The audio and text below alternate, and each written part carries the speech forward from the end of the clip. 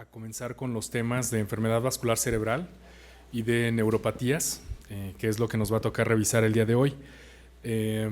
Mi nombre es Erwin Chiquete, yo soy adscrito del Departamento de Neurología del Instituto Nacional de Ciencias Médicas y Nutrición Salvador Subirán. Soy investigador, miembro del Sistema Nacional de Investigadores, y me dedico precisamente a estos dos temas, a enfermedad vascular cerebral y a enfermedades neuromusculares. Es mi interés un poquito más reciente. Algunas de las cosas que vamos a ver son aportaciones que hemos hecho allí en el grupo de nutrición. Entonces, para empezar vamos a revisar el tema de infarto cerebral. Me gusta poner un contexto clínico. En este caso les hablo de un hombre de 52 años, diestro, casado, originario y residente de esta ciudad, de licenciatura como profesión, abogado, católico. Aquí los tiempos importan mucho más adelante. Estamos en el día cero en urgencias, justo cuando está llegando el paciente a nuestro servicio. Tiene como antecedentes relevantes, tiene trastorno de ansiedad desde hace 10 años, sin tratamiento actual. Al parecer presentó una crisis convulsiva hace 6 años, tratamiento con carbamazepina, pero sin completo apego. No ha presentado más crisis desde entonces, fue una crisis única, por alguna razón se le dejó anticonvulsivo. Ustedes van a ver en otros temas, o probablemente ya lo vieron, que en crisis únicas no provocadas, usualmente no dejamos tratamiento anticonvulsivo, o sea, es decir, no hacemos el diagnóstico como tal de epilepsia, a menos que haya una lesión, una causa que nos aumente mucho el riesgo de una siguiente crisis. Antes tenía que haber 2 crisis para hacer el diagnóstico de epilepsia, ahora basta con una sola crisis, pero con una lesión o una causa o una etiología de riesgo alto para una recurrencia. Pero no es el caso. Aquí pues fue una mala práctica, alguien le dejó carbamazepina y tal. No ha presentado crisis desde entonces, decíamos, y sufre de cefalea crónica intermitente referida por la esposa como una migraña. Eso es lo que le habían diagnosticado sin tratamiento. También van a ver, o ya vieron, que el diagnóstico de migraña tiene criterios muy específicos que tampoco el paciente cumplía, pero estoy hablando lo que es, ¿no? Hipercolesterolemia diagnosticada hace 10 años, tratada irregularmente con atorvastatina, con mal apego. Tabaquismo desde hace 12 años, con un índice tabáquico de 6. Alcoholismo desde los 20 años de edad, los fines de semana hasta llegar a la embriaguez en la mayoría de las ocasiones. Entonces podemos decir que es un paciente que tiene problema de alcoholismo. Y recibió amigdalectomía y hernioplastia umbilical en la infancia. Negó transfusiones y su padre finado por EPOC. Madre viva con cardiopatía isquémica, hermana con hipotiroidismo, obesidad y migraña, y una hija de 19 años con epilepsia. Él es encontrado el 11 de marzo de 2011 a las 6:30 horas por su esposa, tirado al pie de la cama. Ella piensa que se trata de un estado posictal porque ella había presenciado la primera crisis y bueno, pues tenía el diagnóstico de epilepsia. La esposa lo nota confuso, con imposibilidad para comunicarse y con debilidad del hemicuerpo izquierdo, por lo que llama a una ambulancia para acudir al hospital. A las 8:23 de la mañana arriba en ambulancia al departamento de urgencias del instituto. Entonces vean ustedes más o menos cuánto tiempo ha pasado, aproximadamente 2 horas, poco menos de 2 horas, 2 horas menos 7 minutos. Nosotros en neurología recibimos al paciente, nos hablan de urgencias, vamos a revisar al paciente y revisamos clínicamente que el paciente tiene un puntaje de la escala NIH, es decir, de los Institutos Nacionales de Salud. El acrónimo NIH es National Institutes of Health Stroke Scale, que es una escala que se utiliza mucho para definir la severidad de un infarto cerebral. Más adelante la vamos a ver. Es básicamente un examen neurológico abreviado y muy enfocado a determinar la severidad del infarto cerebral. Entonces este paciente tenía una escala, un puntaje de NIH de 25 puntos. Los exámenes generales pues no tenía nada relevante. ¿Qué creen de estos exámenes generales que debemos de vigilar con especial atención en un paciente que tiene un infarto cerebral y que llega en un periodo de ventana para recibir trombolisis, para recibir reperfusión? La hemostasia, ¿verdad? O sea, no necesariamente los tiempos de coagulación, sino también el INR, las plaquetas, etcétera. Sí, exactamente, un examen de la hemostasia. Nos importa saber si el paciente está en riesgo de presentar un sangrado, si le damos un trombolítico, por supuesto. ¿Qué otra cosa? La glucosa, claro, es fundamental. ¿Por qué? Claro, ¿por qué sería relevante que no tenga hipoglucemia? Estás bien.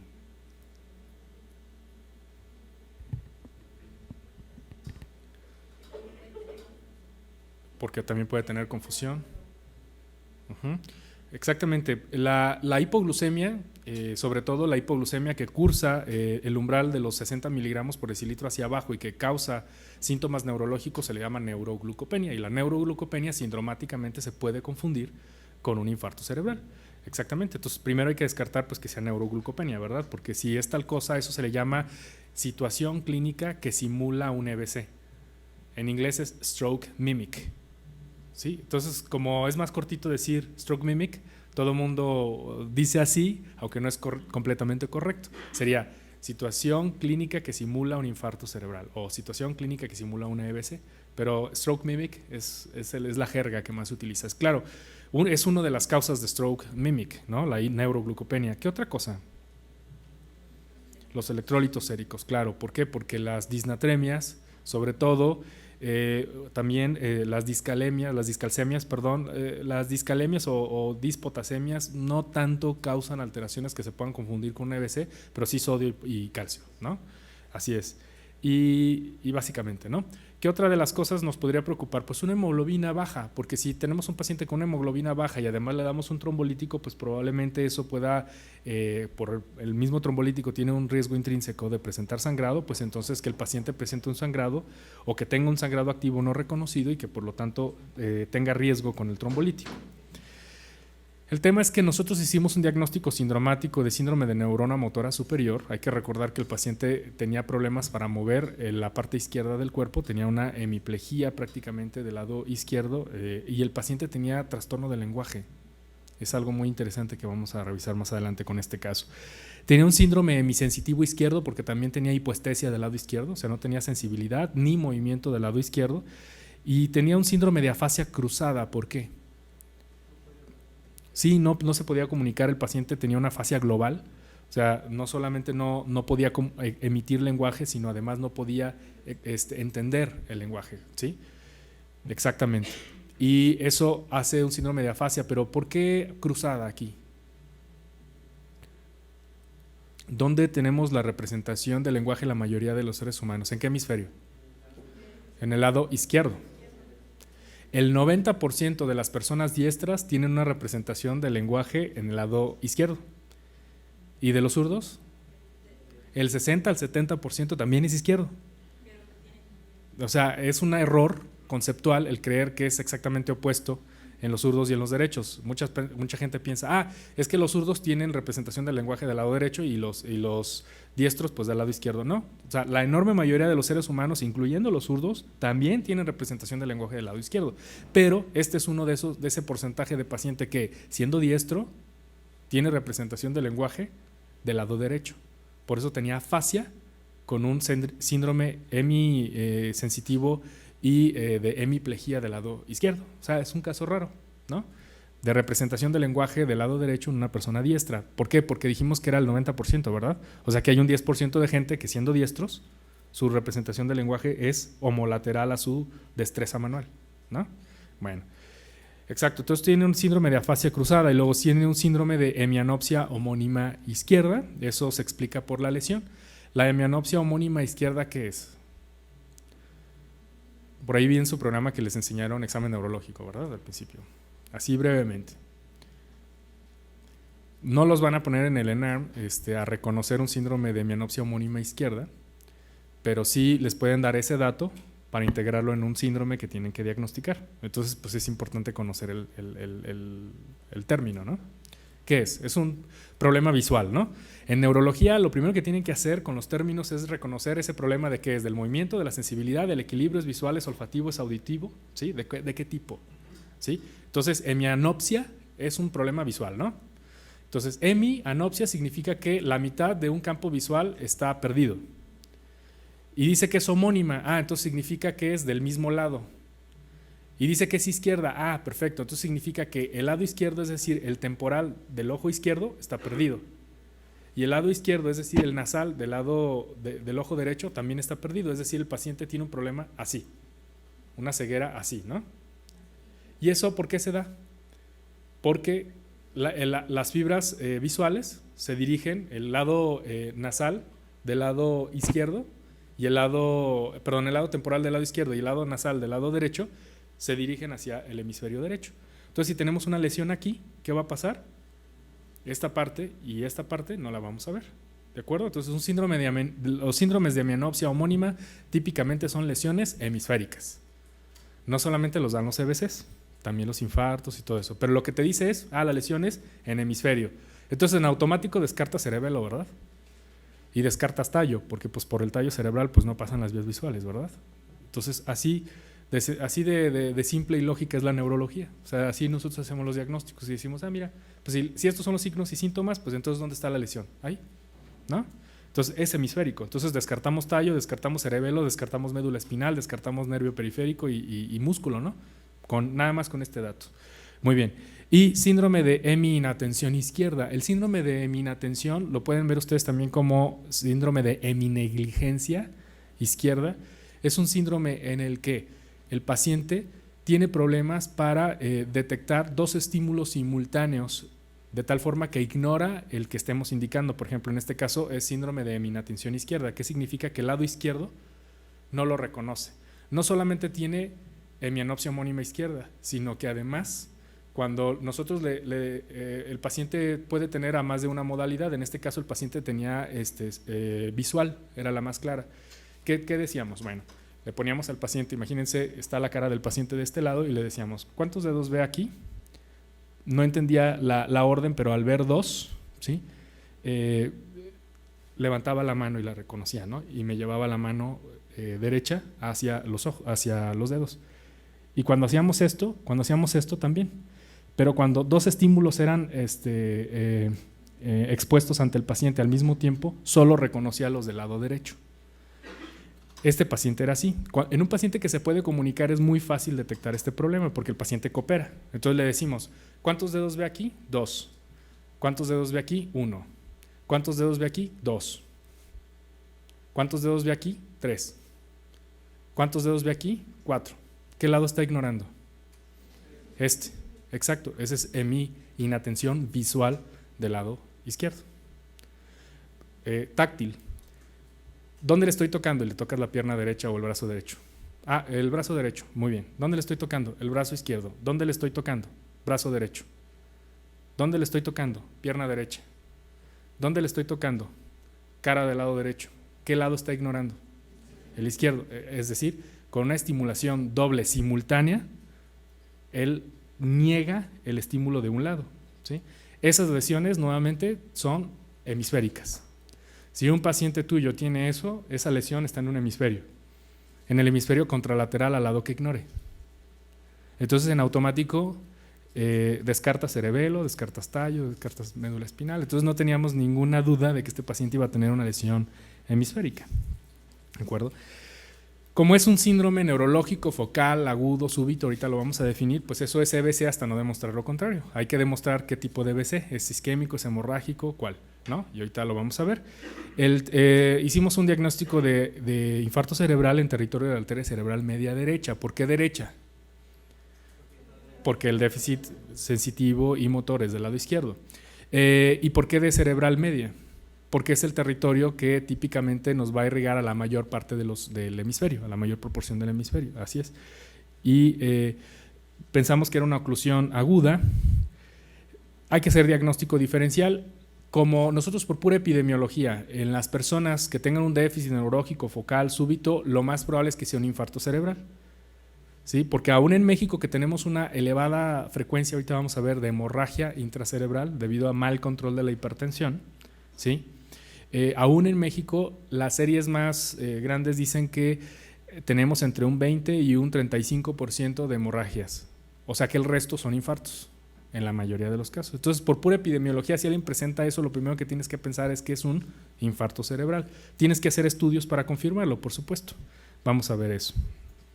Entonces, hicimos ese diagnóstico diferencial y aquí está. Esta es una imagen por resonancia magnética, es una técnica, una secuencia que se llama secuencia de difusión. ¿Y qué ven allí? Una manchota, ¿no? Del lado derecho, del hemisferio derecho del paciente. O sea, es izquierdo de nosotros, pero es del lado derecho del paciente, ¿sí?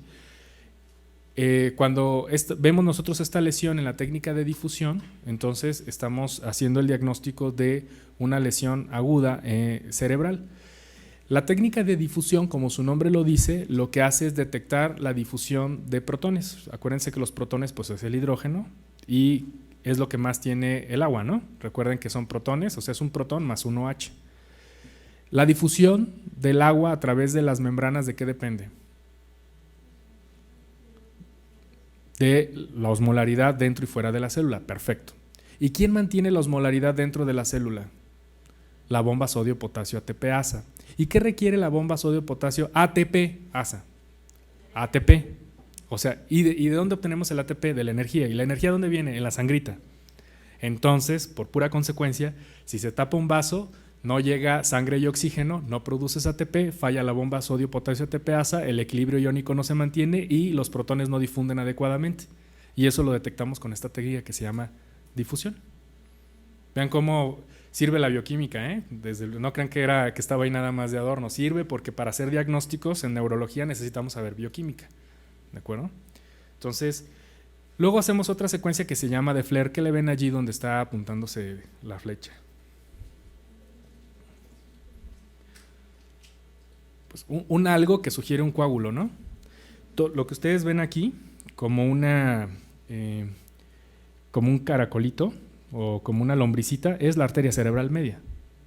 Es la arteria cerebral media y si ven, pues está permeable y aquí no. Aquí hay un coagulote, ¿no? Es en la arteria cerebral media derecha. O sea que además de todo, no solamente vimos el territorio de la arteria cerebral media en esta técnica, sino que vimos al culpable, lo cachamos en el acto. Ahí está el coágulo, pocas veces lo vemos, ¿eh? Y ahí está el coágulo que está originando la oclusión.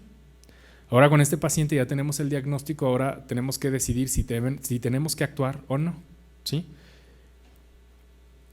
Vamos a revisar un poco de la epidemiología y luego regresamos a platicarles qué hicimos con este caso, porque con este caso hicimos unas cosas desde el punto de vista de las guías un poquito salidas, pero esto dependía mucho de la manera en que la esposa quería que resultaran las cosas, ¿no? La esposa quería que se hiciera todo lo posible. Este paciente no se hubiera trombolizado probablemente si la esposa no nos hubiera insistido tanto en no importa. Es que yo lo veo muy mal, yo quiero que se trombolice este paciente, ¿sí? Vamos a ver por qué no, para revisar los criterios y así si les ponen un caso en el ENARM digan, esto es. Huelga decir que en los pacientes de los que sospeches un infarto cerebral o un EBC, lo que necesitas de técnica de imagen es tomografía simple de cráneo.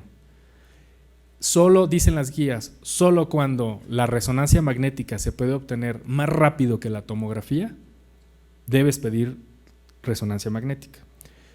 En nuestro instituto, por lo menos durante el día, tenemos resonancia magnética en una secuencia que se llama secuencia de EBC. Una resonancia de EBC se obtiene en 12 minutos. Una tomografía se obtiene en 14 minutos. Aunque parezca ilógico. Con nosotros es más rápido la resonancia que una tomografía, por lo menos en el día.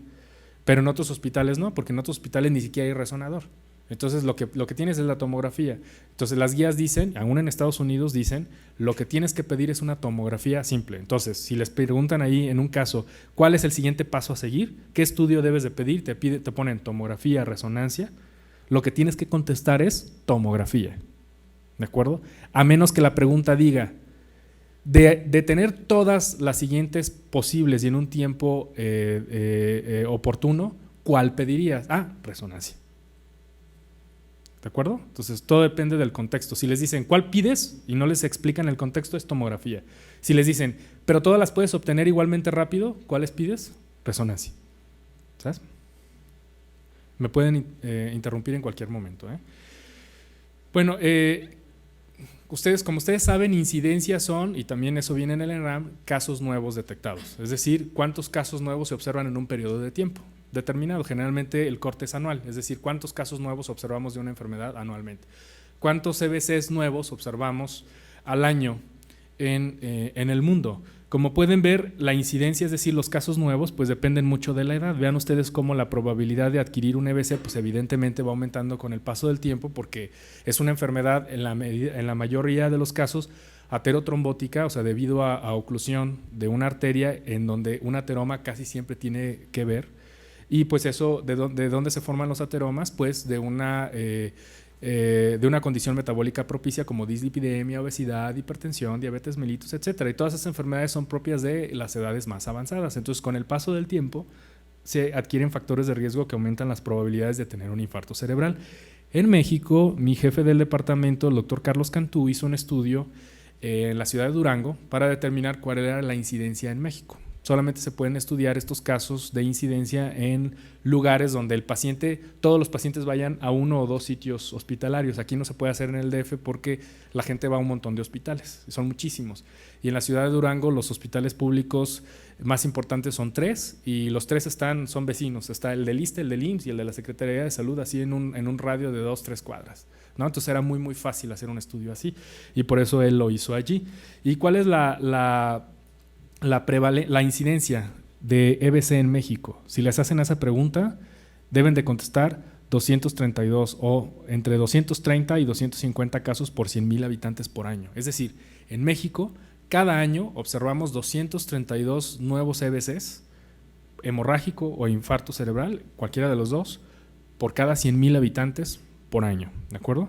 A menudo estas preguntas las ponen como entre 200 y 250, o sea, no les dicen ¿cuál es la incidencia de EBC en México? 230, 231, 232, 233, o sea, esas preguntas no se las van a hacer.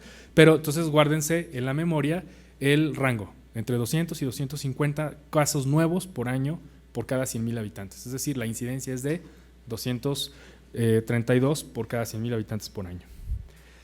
Bien, y la prevalencia, es decir, el número de casos que ya tienen el diagnóstico, o sea, es decir, los previos y los nuevos, en un momento dado, ¿cuál es? Bueno, la prevalencia evidentemente también va aumentando con el paso del tiempo y como pueden ver, pues evidentemente la prevalencia, mientras la incidencia se mide en casos por 100,000, la prevalencia es en casos por 1,000, ¿no?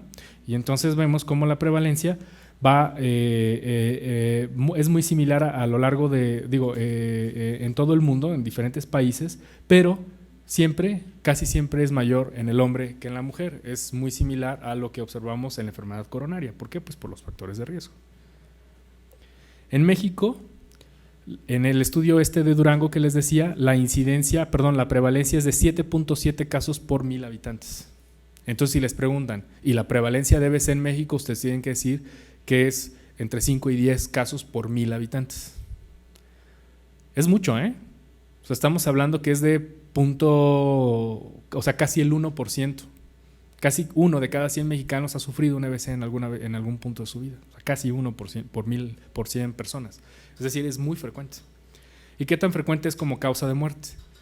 Depende cómo dividamos esto, porque ya sabes que la diabetes mellitus pues la puedes dividir como diabetes mellitus per se o nefropatía diabética, o entonces diluyes las causas como tal. Pero de acuerdo a esta estimación, pues es el tercer lugar. Probablemente no les pregunten qué lugar ocupa la enfermedad vascular cerebral como causa de muerte, pero sí deben de saber que mueren 30,000 mexicanos cada año por culpa de la enfermedad vascular cerebral, ¿sí? Por diabetes mueren unos 70 a 80,000 mexicanos por diabetes y sus complicaciones. Por enfermedades isquémicas del corazón, unos 60,000 mexicanos, ¿sí? Entonces, mucho. Y esto está aumentando con el paso del tiempo. Vean ustedes cómo desde 2000 a 2008 pues está aumentando la mortalidad porque están aumentando la frecuencia de los factores de riesgo que condicionan la aterotrombosis. Y vemos entonces también cómo la mortalidad es mayor. Vean ustedes, este es infarto cerebral, ischemic stroke. Esta es hemorragia intracerebral parenquimatosa, parenchymal intracerebral hemorrhage. Esta es hemorragia subaracnoidea y esta es la no determinada. Si les llegan a preguntar cuáles son las formas más mortales de enfermedad vascular cerebral, son las no determinadas. Es decir, cuando el paciente muere y no sabemos por qué murió, pero sabemos que fue de un EBC, lo que pasa es que nos ganó, no le alcanzamos a hacer la tomografía, esa es. Pero de los sí determinados, que es lo más probable que les vayan a preguntar, son las formas hemorrágicas. O sea, lo peor que le puede pasar a un paciente es que tenga una hemorragia, no un infarto cerebral, ¿de acuerdo? Porque es más mortal la hemorragia que el infarto. La que quieras, la parenquimatosa y la subaracnoidea, la que quieras. Vamos a ver más adelante. Sí. Eso está en el mundo y en México también. No es de común. Es más probable que muera alguien que tiene. No, la enfermedad, ahorita vamos a ver esa grafiquita. Lo más común es la enfermedad isquémica, el infarto cerebral. Pero la más mortal son las formas hemorrágicas. Afortunadamente, las formas más comunes no son las formas más mortales. Afortunadamente. Aún así, vean ustedes cuántas muertes hay en México, ¿no? También en otro estudio que hicimos nosotros, vean ustedes cómo de todos los pacientes que hospitalizan por EBC, vean que la más mortal es la hemorragia intraparenquimatosa, luego la subaracnoidea, luego el infarto cerebral, luego la trombosis venosa cerebral y luego la isquemia cerebral transitoria. Es decir, el TIA, o el ataque isquémico transitorio, o el AITS, es la menos mortal porque en realidad es reversible. Entonces, ¿por qué se muere una persona que tiene una isquemia cerebral transitoria? ¿De qué creen? Vamos a ver más adelante. Una isquemia cerebral transitoria se define como un déficit neurológico focal que dura menos de 24 horas. Se recupera espontáneamente. Ad integrum, es decir, 100%. Nada de que no, bueno, es que ya me recuperé, pero todavía como que la mano derecha la tengo torpe. ¿Tiene déficit? Sí, no fue una isquemia cerebral transitoria. O sea, es un infarto. Hasta no demostrar lo contrario, evidentemente. Pero vamos, llega un paciente con una hemiparesia, así como este paciente, como una hemiparesia izquierda, con trastornos sensitivos e incluso si quieres de lenguaje, así como este paciente, que sería inhabitual, pero vamos a suponer que sí, y está en urgencias y de pronto, doctor, ya, se me quitó.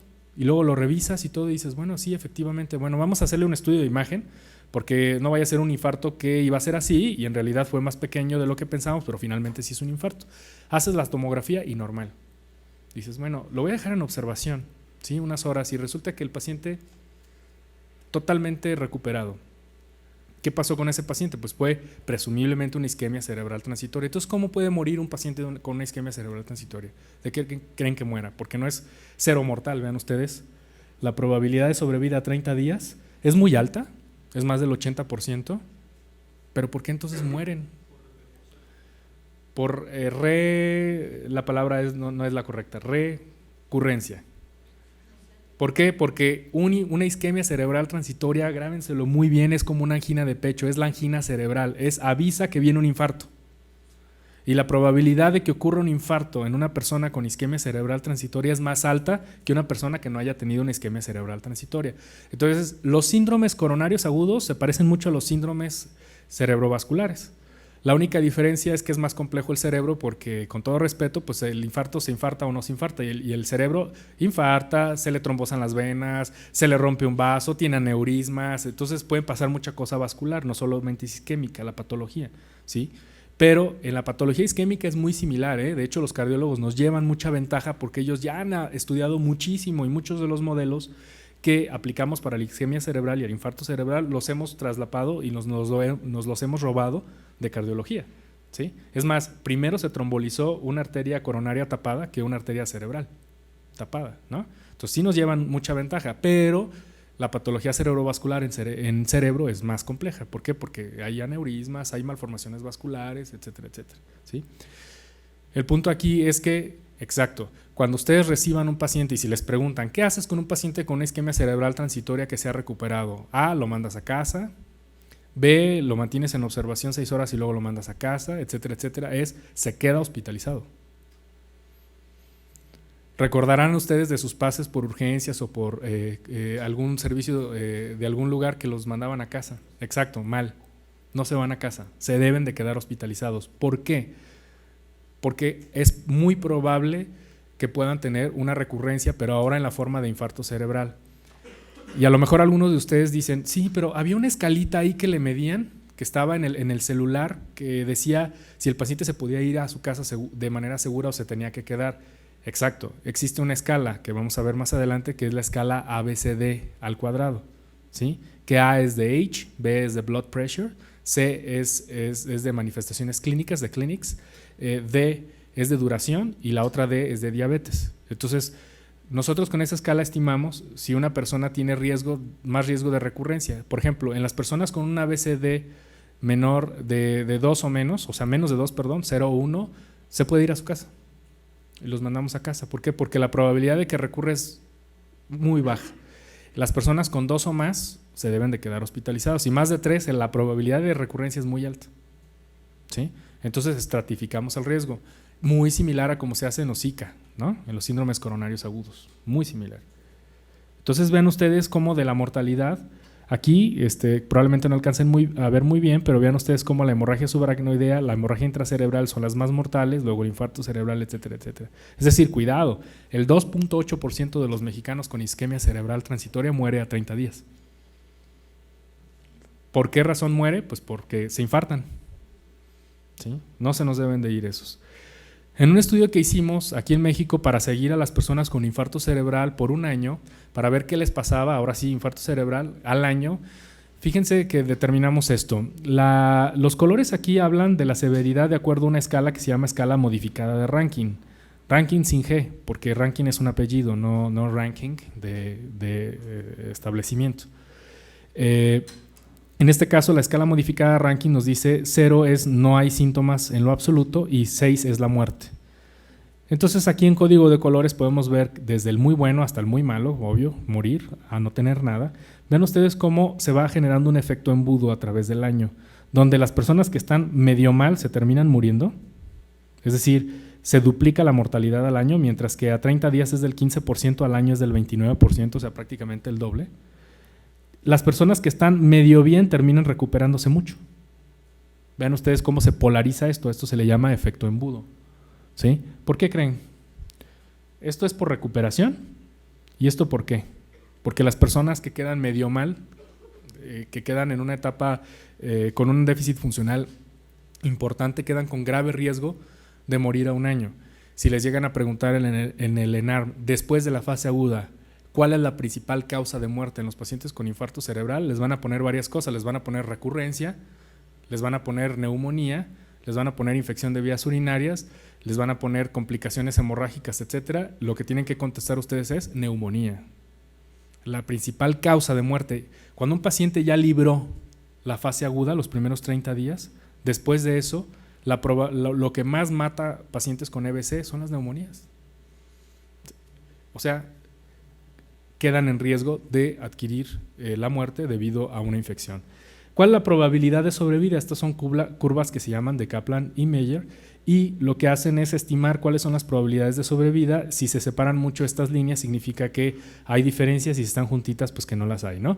No hay diferencias en cuanto a hombres y mujeres, pero sí con la edad. Vean ustedes cómo al año las personas que más probabilidad tienen de morir son aquellas que tienen más de 75 años. ¿Sí? Y además, la etiología del infarto cerebral es fundamental. Nosotros dividimos al infarto cerebral desde el punto de vista etiológico en todos estos. En oclusión o enfermedad de grandes vasos, en infarto lacunar, que son lesiones chiquitas, en cardioembolismo, otras causas determinadas, causas mixtas o no determinadas, es decir, cuando no logramos saber cuál es la causa a pesar de los esfuerzos. ¿Cuál es la más mortal de todas ellas, de acuerdo al código de color aquí? No, la más mortal son las que están hasta abajo, porque esta es sobrevida. Entonces, la sobrevida aquí es del 100% y acá es del 0%, ¿verdad? Entonces, lo que vean ustedes más abajo es lo más mortal. ¿Cuál fue el más mortal? Cardioembólico, exacto. Entonces, si les llegan a preguntar de las etiologías del infarto cerebral, ¿cuál es la más mortal? Ustedes tienen que contestar el cardioembolismo. Oye, ¿y cómo determinamos cuáles son las etiologías? ¿Cómo le hacemos? Bueno, lo ideal es que no lleguemos a la autopsia, ¿no? Que no se nos alcance a morir el paciente. Entonces, debemos determinar la etiología antes de la autopsia. Ajá.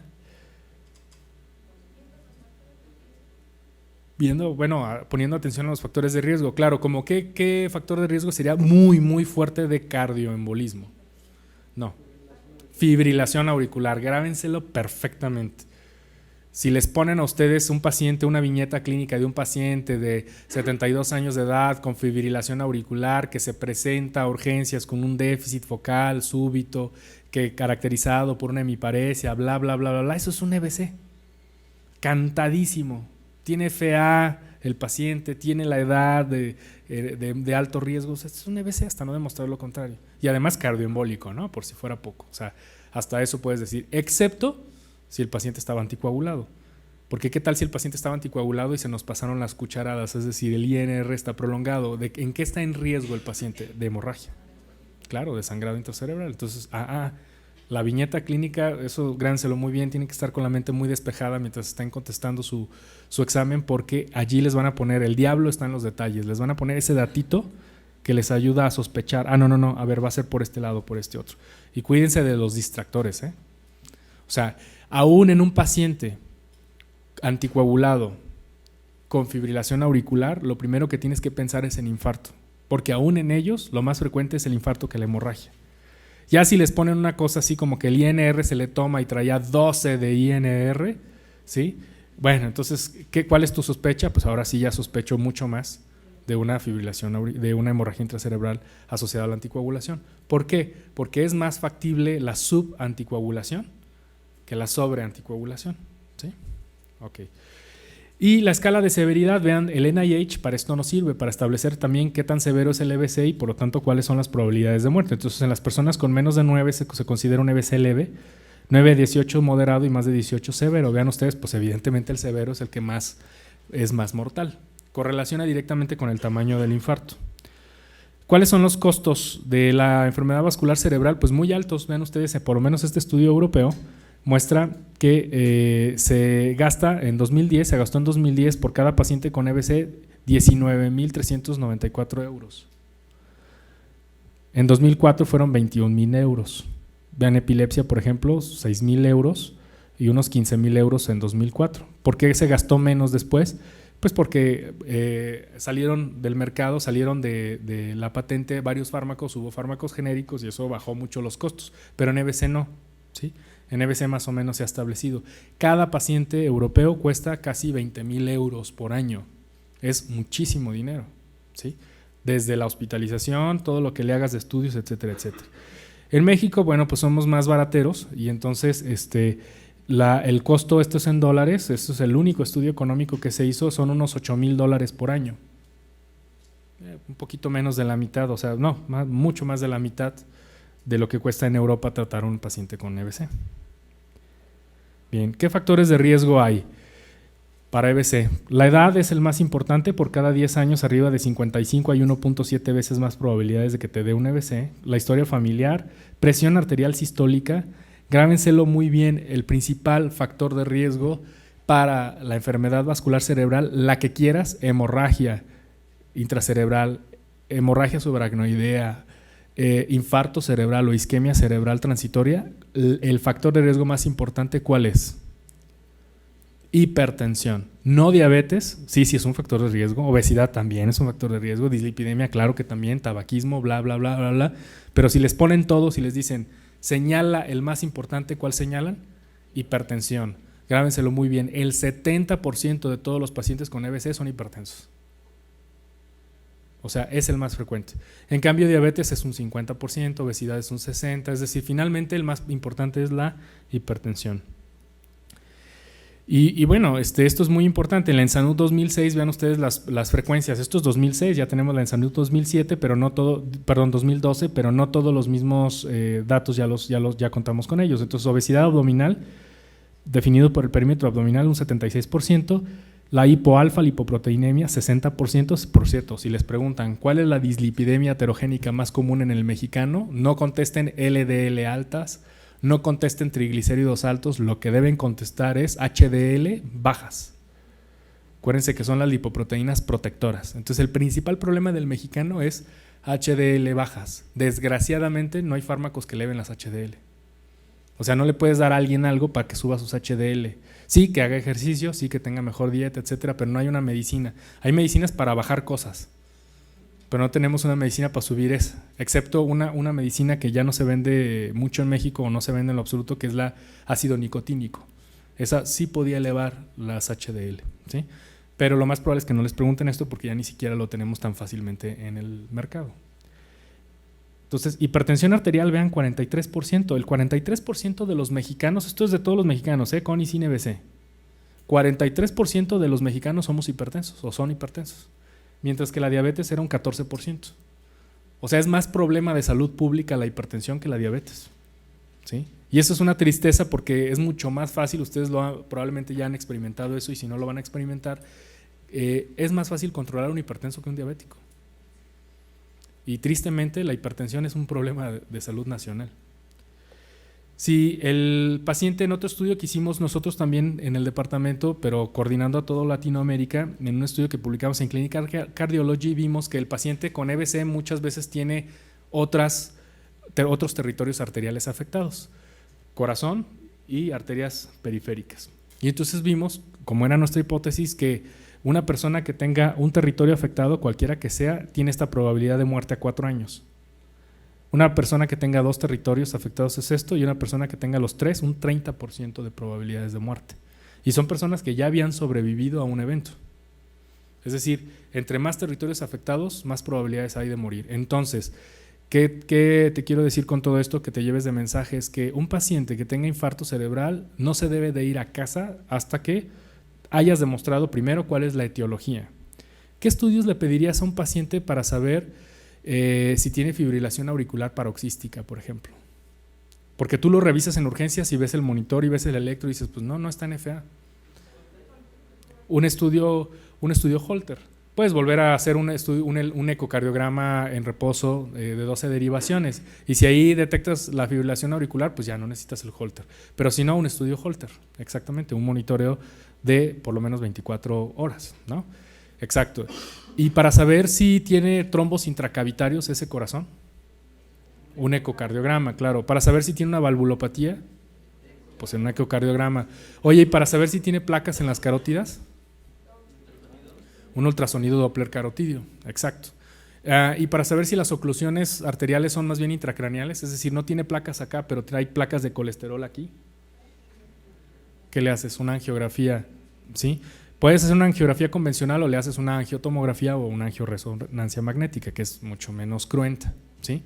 Exacto. Entonces, ¿qué te estoy diciendo con todo esto? Que idealmente o no se debe de ir el paciente de alta sin determinar la etiología, o bien le debes de dar plan para que en menos de 30 días después del alta ya tenga todos esos exámenes ya hechos. Desgraciadamente están abarrotados los sistemas de salud. Incluso nosotros en el instituto llegan los chavos de medicina interna y nos dicen a nosotros en neurología, doctor, ¿sabe qué? Es que ya no tenemos camas, ya lo queremos dar de alta, ya le hicimos el eco, no hay nada, está bien, le hicimos el Holter, está bien, pero la cita para el ultrasonido está hasta dentro de 2 semanas, ni modo que se quede hospitalizado aquí para eso. ¿Es antes de 30 días? ¿Se puede ir? Sí. ¿Sí? ¿Por qué? Porque bueno, hay plan para determinar la causa antes de 30 días. Vean ustedes que la causa es fundamental para el pronóstico y obviamente el tratamiento. ¿Qué le dejarías a un paciente con fibrilación auricular de tratamiento antihemostático? ¿Cuál? Te pongo 3 opciones nada más. Bueno, 4. Aspirina, clopidogrel, warfarina o algún cumarínico, acenocumarina, por ejemplo, o los nuevos anticoagulantes orales. ¿Qué le dejas? ¿Tiene fibrilación auricular? No, anticoagulación. Con warfarina como primera elección o los nuevos anticoagulantes orales, por ejemplo, los inhibidores directos de factores de coagulación. Sí, exactamente. Y a un paciente con enfermedad carotidia, ¿qué le dejas?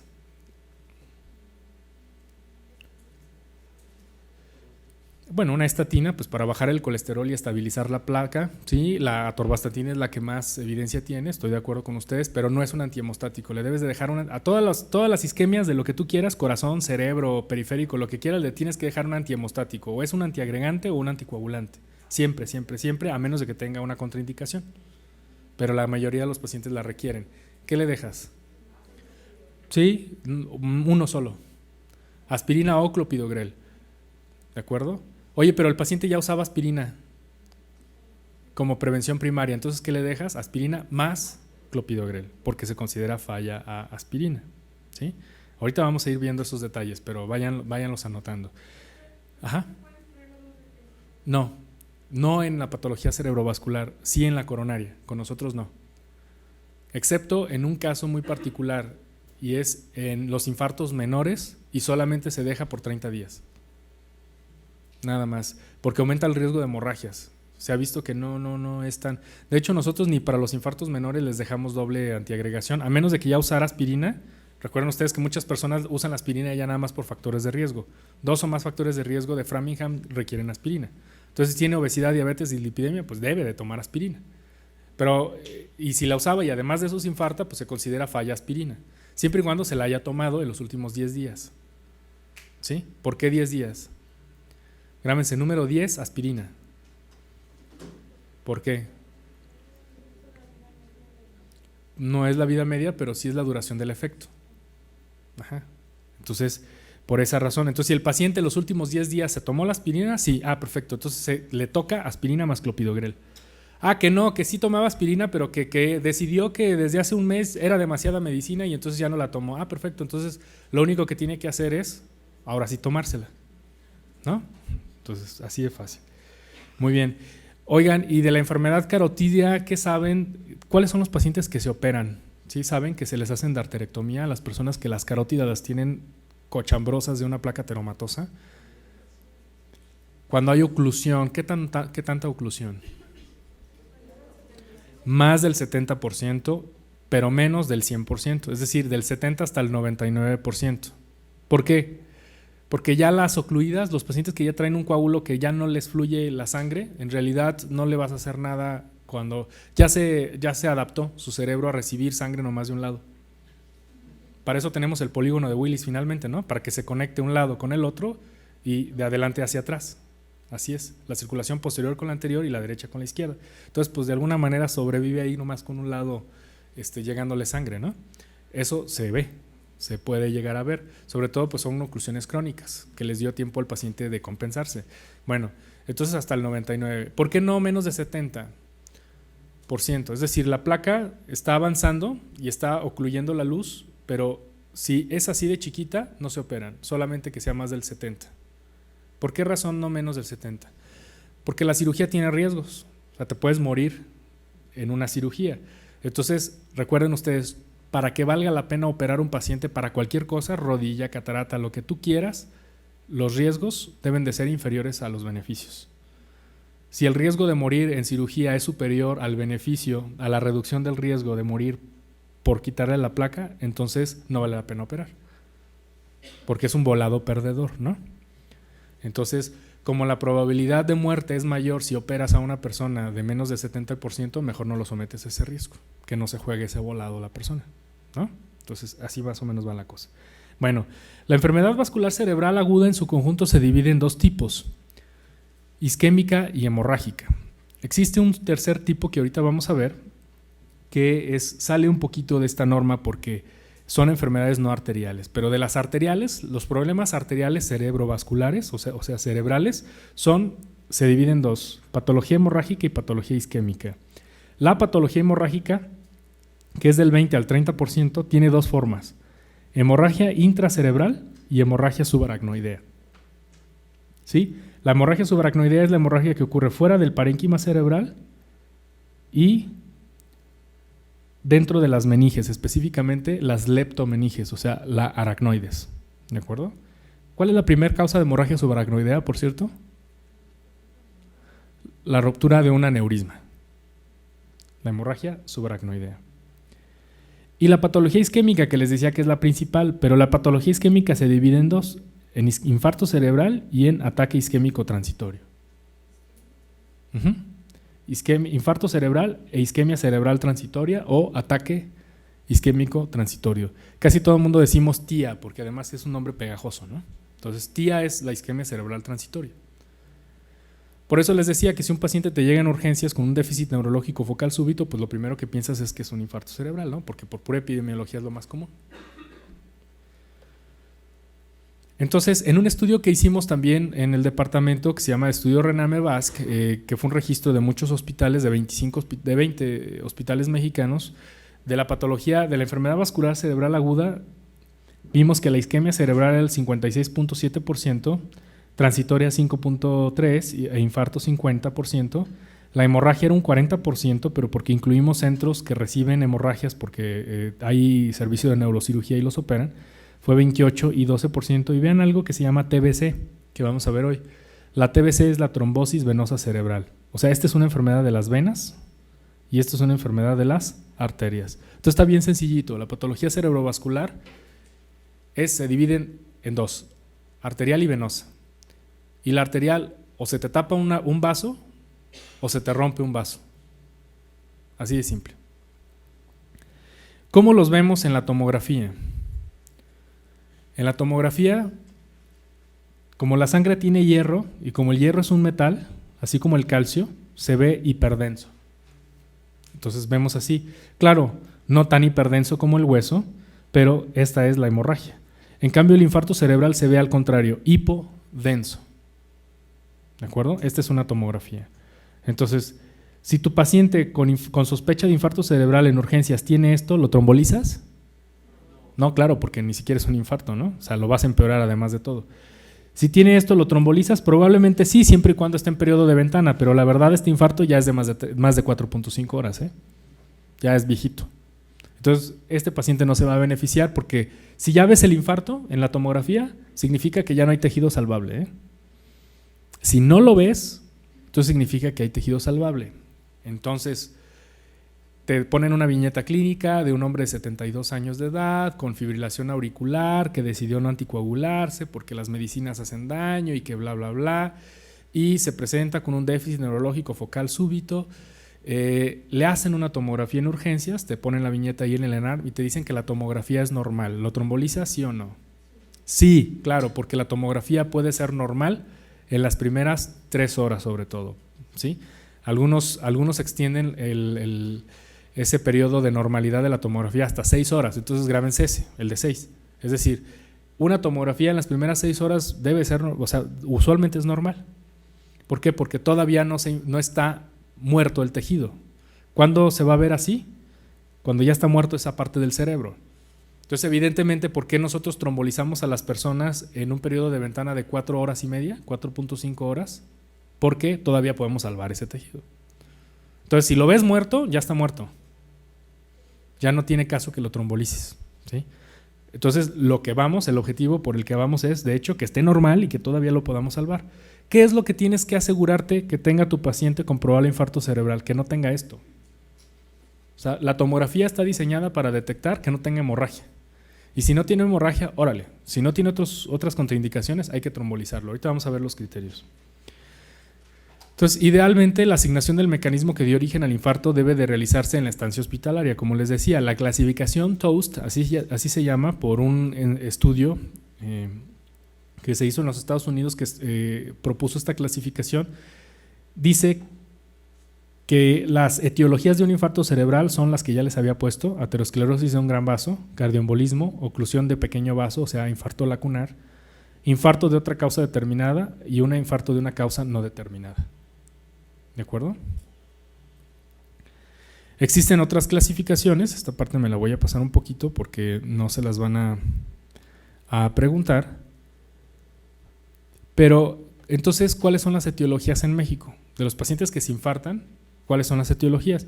Y en un estudio que también hicimos nosotros ahí en el departamento, que lo publicamos en International Journal of Stroke, vemos cómo los infartos de grandes arterias son 8.4%, los lacunares 20%, el cardioembolismo, vean, 20% casi, mixtos, es decir, que tenían más de una etiología, 6%, otras causas como lupus, etcétera, 5%, y no determinados, 41%.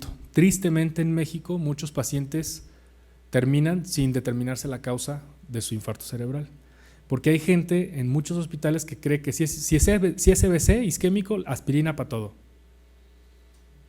Y la patología isquémica cerebral, como les decía, se le puede dar aspirina, clopidogrel, dipiridamol, rivaroxaban, dabigatran, apixaban, warfarina, acenocumarina, le toca cirugía, le toca stent.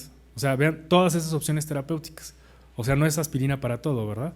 Entonces, es muy importante determinar cuál es la causa del infarto cerebral para saber qué le toca. Sí, al 60% de los infartos cerebrales les va a tocar aspirina, pero eso no significa que sea aspirina al 100%. Entonces, ¿cuáles son las causas más importantes de cardioembolismo? Que les pregunté. Por supuesto, contestaron muy bien. La principal causa de cardioembolismo es fibrilación auricular, sobre todo la fibrilación no valvular, la FA no valvular. ¿Qué es eso? ¿Ya vieron cardio? ¿El módulo de cardio? ¿Qué es la FA valvular y cuál es la FA no valvular? ¿Y por qué se divide así? ¿Qué importancia tiene eso? La FA valvular y la no valvular. Así se divide la FA, para empezar. Y luego, de acuerdo a la presencia a través del tiempo, en paroxística, ¿se acuerdan? Persistente, permanente. Valvular y no valvular, ¿cuál? Esa sí es pregunta del ENAR. Las FAs es muy común porque cruzan con medicina interna, con cardio. Todas las enfermedades que crucen con muchas disciplinas, seguro se las preguntan. Las enfermedades así que son muy, muy especialitas de una disciplina, es menos probable que se los vayan a preguntar. Lo que les van a preguntar es más eso. Recuerden, en el examen nacional les van a preguntar situaciones infrecuentes de enfermedades comunes.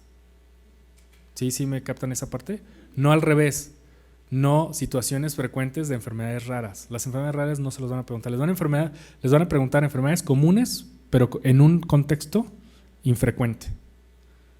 ¿Por qué razón? Porque quieren asegurarse que los médicos mexicanos manejan las principales enfermedades que aquejan al país primeramente, pero quieren asegurarse que sean seleccionados los más estudiosos, es decir, aquellos que han estudiado las causas así más más puntuales, o bien las presentaciones clínicas menos típicas de una enfermedad que es muy típica. O sea, les van a poner una diabetes, pero media embarrada con otras cositas para que ustedes empiecen a sospechar en otras cosas, pero lo que quieren es que ustedes tengan la capacidad de discernir y digan, no, es diabetes, más esto otro, pero es diabetes. Y no que piensen en el síndrome raro, ¿sí? Entonces, nuevamente, en el ENARM les van a preguntar, lo más probable que les pregunten son situaciones atípicas de enfermedades frecuentes, enfermedades típicas, ¿sí? Entonces les van a preguntar EBCs, les van a preguntar FAs, ¿sí? Entonces la primera causa de cardioembolismo es la fibrilación auricular. Decíamos no valvular, ¿por qué? Porque la valvulopatía con mucha frecuencia se acompaña de FA, eso lo debieron haber visto, ¿sí? Entonces una persona que tenga una estenosis o una insuficiencia valvular frecuentemente se asocia a fibrilación auricular, ¿sí? Y es la forma menos frecuente de la fibrilación auricular. O sea, lo más común es que la fibrilación auricular ocurra fuera del contexto de una valvulopatía. ¿Por qué da la FA? ¿Qué vieron que daba? ¿Cuáles son las causas? Por dilatación, por supuesto, es una causa la dilatación de la vía, en este caso de la aurícula, que dilata la vía. ¿Por qué la fibrilación auricular? Porque detrás de la fibrilación auricular la génesis es el fenómeno de reentrada.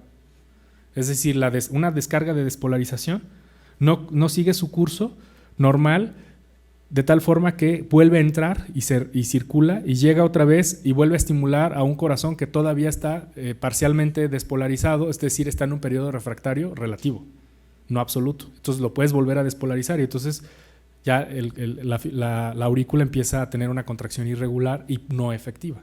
Por pura gravedad se llenan los ventrículos, ¿sí? Entonces, sí, dilatación. ¿Qué otro? Infartos auriculares. ¿Qué otra? Fármacos o sustancias. Por ejemplo, el alcohol te puede hacer que tengas una fibrilación auricular paroxística. De una buena guarapeta alguien puede tener una fibrilación y luego ya se le quita, ¿sí? Le toca anticoagulación, por cierto, a una persona con fibrilación auricular paroxística, de esas que dan en un ratito y luego se quitan. ¿Sí les debe de dar anticoagulación? Sí, no. ¿Y por qué? Seguro va a ser pregunta. Les gusta mucho ese paciente que tenía fibrilación auricular y luego ya no. Te ponen ahí la viñeta. Pero luego se hace un Holter y luego ya no. Para hacerte dudar. Esto lo vieron en FA, en el módulo de cardio. Sí se les da, ¿por qué? Sí, perfecto.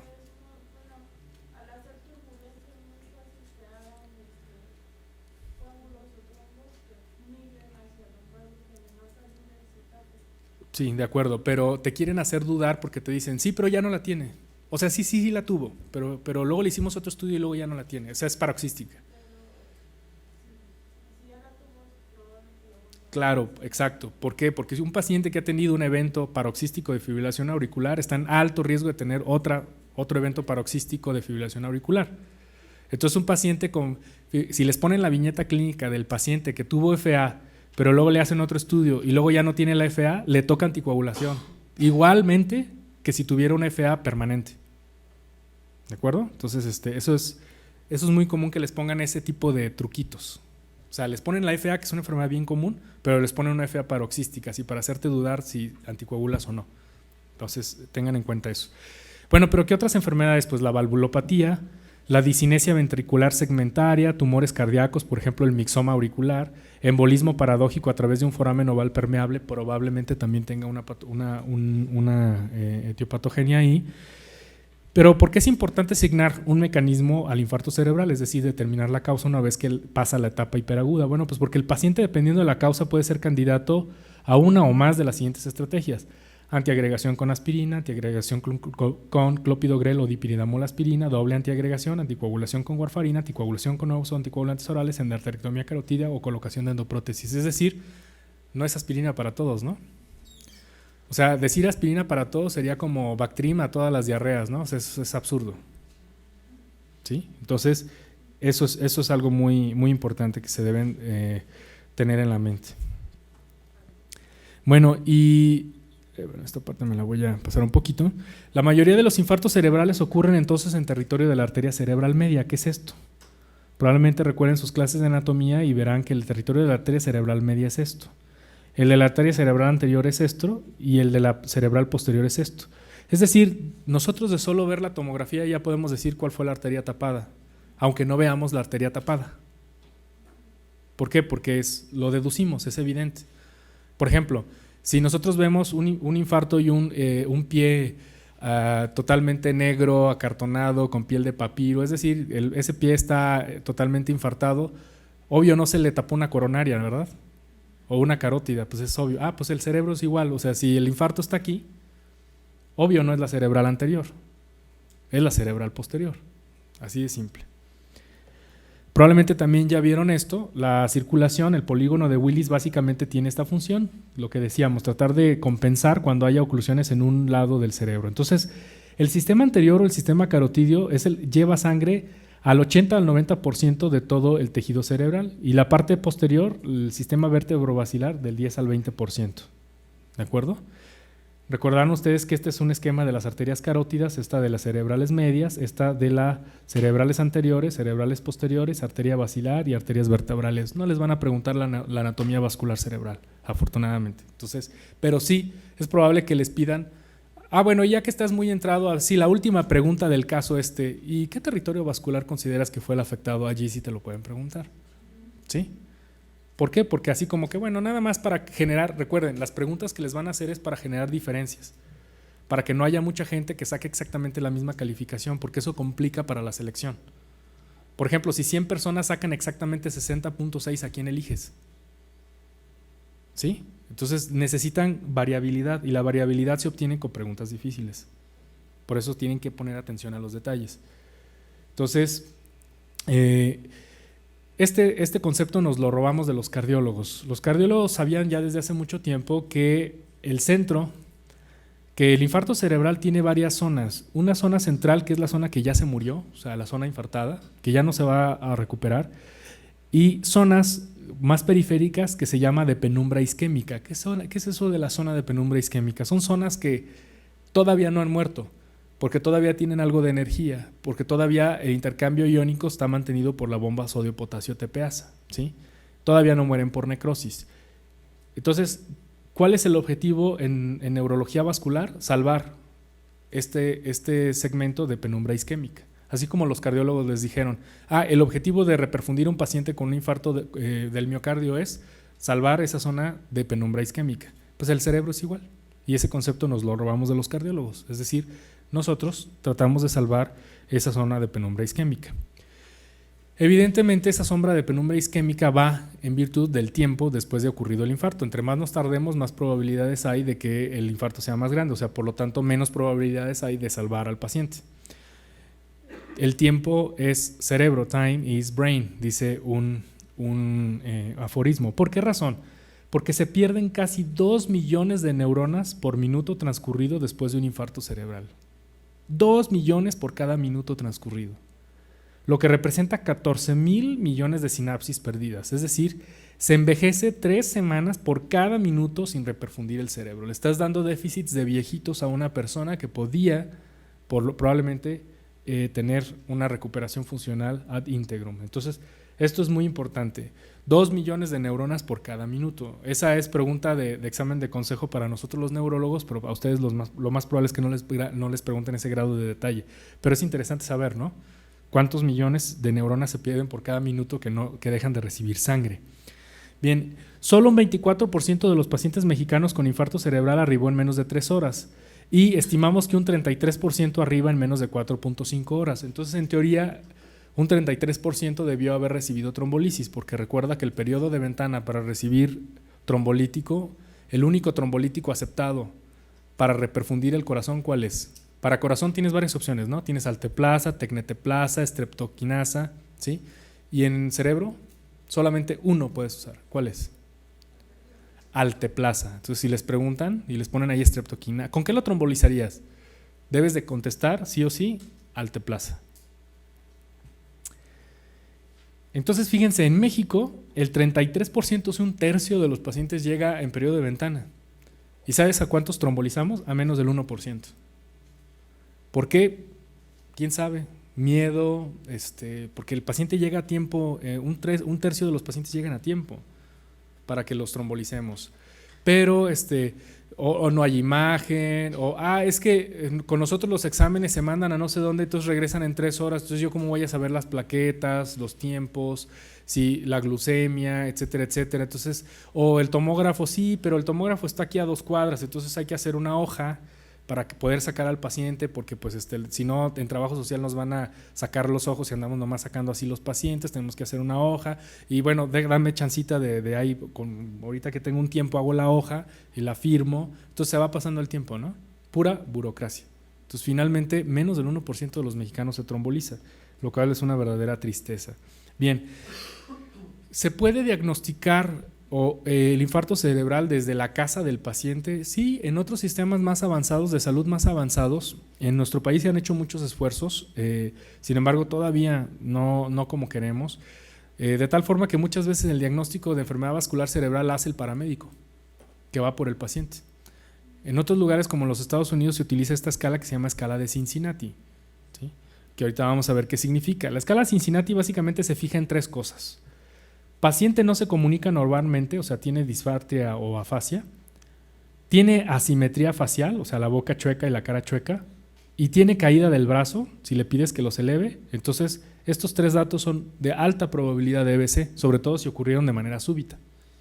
Es decir, si ya el paciente primero tiene 2 meses que empezó con problemas de lenguaje y luego hace 1 mes se le agregó el problema de la cara y ahora sí, el sábado pasado empezó con caída del brazo, pues lo más probable es que eso no sea un EBC, a lo mejor es un tumor, a lo mejor es otra cosa, pero si todo esto se le presentó de manera súbita, entonces lo más probable es que sea un EBC. Bueno, pero hay personas que no tienen las 3 características. ¿Cuáles son las probabilidades si tiene una o si tiene 2 de ellas? Estas son. Fíjense, si alguna de las características está presente, la probabilidad de infarto cerebral es 72%, de todos modos muy alto. Y la sensibilidad de 3, es decir, la probabilidad de que tenga un infarto de 3 con 3 signos es de casi 100%.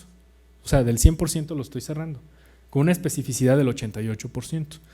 De tal forma que nosotros hemos hecho algunas campañas para tratar de alertar a la población. Entonces, si usted tiene de manera súbita o su familiar presentó asimetría facial, caída de brazo, debilidad de brazo y problemas para hablar, entonces eso puede ser un infarto del cerebro. ¿Sí? Ya queremos manejar el término infarto del cerebro. En muchos lados manejan el término una embolia, ¿sí? Pero queremos sembrar en la gente el concepto de que es lo mismo que acá, ¿sí? Entonces es muy importante esa situación. Ya descartamos las condiciones que simulan un infarto cerebral, o sea, los famosos stroke mimics. Esa es otra de las cosas que tenemos que hacer rápido en urgencias. Inmediatamente, no se debe tardar más de 15 a 30 minutos en ello, debe de descartarse condiciones que simulan una EBC aguda, para evitar que el paciente se refiera para trombolisis equivocadamente. Y por otro lado, corregir condiciones reversibles. Por ejemplo, la hipoglucemia, muy bien. La principal causa de simulación de una EBC, perfecto, lo dijeron muy bien, es la hipoglucemia, ¿sí? Síndrome conversivo, o sea, un síndrome de trastorno somatomorfo, encefalopatía hipertensiva, migraña complicada, crisis convulsivas, neuroinfección y otros trastornos metabólicos. Todo esto idealmente lo debemos de descartar en 30 minutos o menos. Claves que apoyan para reconocer una condición simula una EBC aguda. Esto sí pongan mucha atención porque si en la viñeta están estas, deben de sospechar que este es un paciente con EBC.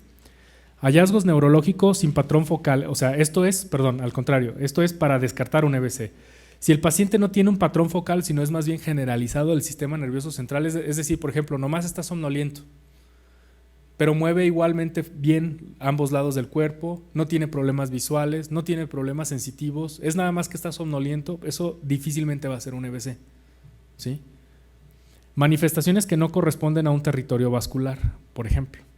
sin lateralización de las manifestaciones, es decir, nuevamente generalizado.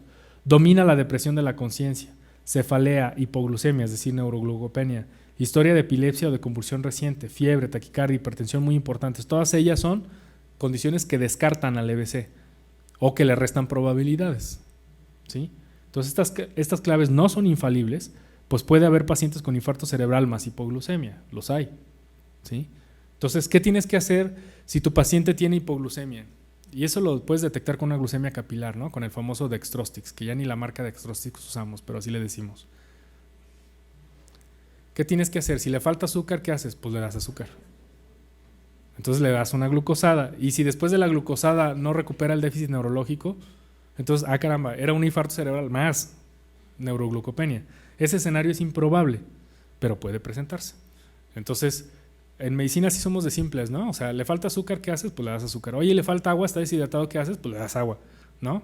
Tiene tos, ¿qué le das? Pues un antitusígeno. Entonces, así es simple. Hay que hacer esto, pero rápido. ¿Por qué? Porque el paciente podría presentar la neuroglucopenia más un infarto cerebral. ¿Qué tenemos que hacer en la etapa aguda? ABC, es decir, asegurar que haya una vía aérea permeable, que haya respiración espontánea, vía aérea permeable y un estado de circulación apropiado. ¿Le damos oxígeno a ese paciente? Sí, se le da oxígeno a una FiO2 mayor a 25%. Cuidado, la literatura vieja decía que no había que darles oxígeno a estos pacientes, que no se les ponía puntas nasales, que porque con el oxígeno aumentaba los radicales libres de oxígeno y un montón de cosas que en realidad no se pudieron confirmar desde el punto de vista clínico. Lo que sí sabemos es que le va peor al paciente que no le conectas las puntillas nasales. Entonces, ¿qué haces? Le pones las puntillas nasales a una FiO2 de más de 25%. El tema es que no siempre nos reportan así el flujo del oxígeno. Entonces, si tú le dices al departamento de enfermería, por favor, le ponemos puntillas nasales y la FiO2 que esté arriba del 25%, te va a decir, no, doctor, a mí dígame cuántos litros por minuto, ¿no? ¿Cuánto le dices? Debe tener más de 3 litros por minuto, porque la FiO2 en el aire ambiente, ¿cuánto es? Eso lo vieron cuando vieron el ACLS. 21%, depende mucho pues de la altura, ¿no? O sea, las ciudades más altas pues tienen una FiO2 más baja. Entonces, para obtener una de más de 25% lo logramos con más de 3 litros por minuto. Entonces, con eso, es más, con 3 litros por minuto incluso. Entonces, con eso es suficiente, si quieres 5 litros por minuto. Presión arterial. La presión arterial cae sola, fíjense, en el 30% de los casos. La mayoría de los pacientes llega hipertenso, y no significa que sea la hipertensión la que hay que bajar para mejorar el estado clínico de los pacientes. Entonces, el 30% de los casos baja la presión arterial en las primeras 24 horas, pero debe mantenerse como mínimo una presión arterial sistólica de 100 y una diastólica de 70, con un máximo de 185/110 si el paciente se va a trombolizar, o bien 220/120 si no se va a trombolizar. Les repito esto porque esto sí podría ser una pregunta. ¿Le debemos de bajar la presión arterial a los pacientes? Puede ser, depende si ya rebasó el nivel permitido. Cuidado, si tú le bajas, si el paciente está con esta arteria tapada y este pedazo de cerebro se está nutriendo de estas otras arterias colaterales, ¿qué va a pasar si tú le bajas mucho la presión arterial a este paciente? Ya no sube sangre, sobre todo si el paciente está acostumbrado a tener una presión alta, ¿sí? Más aún, la presión arterial se eleva como un mecanismo de defensa. ¿Para qué se eleva la presión arterial después de una oclusión en el cerebro? Para aumentar la colaterabilidad, es decir, para que otras arterias nutran esa parte que está sufriendo. Entonces, le estamos quitando ese mecanismo de defensa al cerebro. Cuidado. Bueno, pero también demasiado es mucho. ¿Cuánto es mucho? Si tú vas a trombolizar a tu paciente, le debes de bajar la presión arterial si tiene más de 185/110. Si lo vas a trombolizar. Ok, no es trombolizable.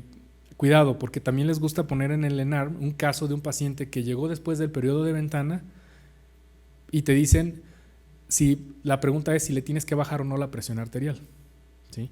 ¿Cuánto es el límite si no lo vas a trombolizar? Es 220/120. Sí, es un chorro, pero no le das nada.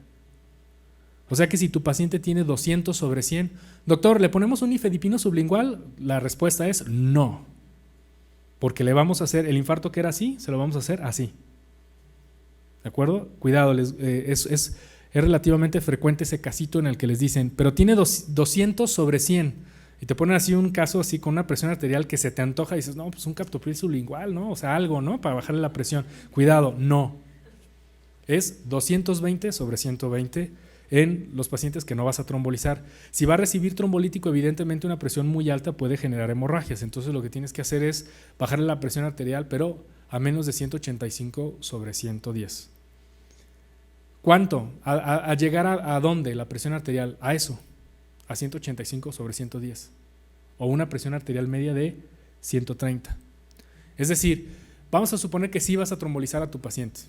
Va a recibir trombolisis, pero resulta que te dice el departamento de enfermería, doctor, trae 200/100, ¿le damos algo? Sí, ahorita vamos a ver qué le das. ¿Sí? Las guías norteamericanas o las guías internacionales dicen que les das labetalol intravenoso.